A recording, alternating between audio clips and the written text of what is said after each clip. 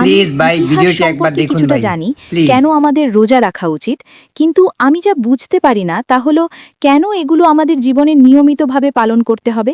যেমন যদি আমরা জীবনে একবার রোজা রাখি বা জীবদ্দশায় একবার পালন করি, তাহলে কি সেটি যথেষ্ট নয়?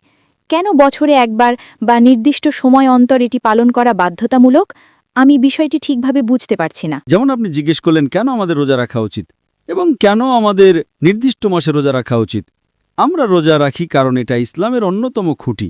আর কোরআন সূরা বাকারার অধ্যায় নম্বর 2 আয়াত নম্বর 183-তে বলে যে তোমাদের উপর রোজা ফরজ করা হয়েছে যেমন তোমাদের পূর্ববর্তীদের উপর ফরজ করা হয়েছিল, যাতে তোমরা আত্মসংযম শিখতে পারো, তোমরা তাকওয়া শিখতে পারো, তোমরা ধার্মিকতা শিখতে পারো, তোমরা খোদাভীতি অর্জন করতে পারো।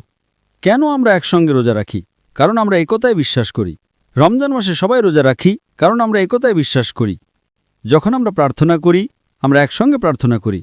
যদি আপনি একতার সাথে প্রার্থনা করেন তবে একা প্রার্থনা করার চেয়ে আপনি বেশি সওয়াব পাবেন। একইভাবে রোজা মানে আপনাকে 1 মাস রোজা রাখতে হবে, তাই 1 মাস সম্পূর্ণভাবে রমজান মাস হিসেবে নির্ধারণ করা হয়েছে।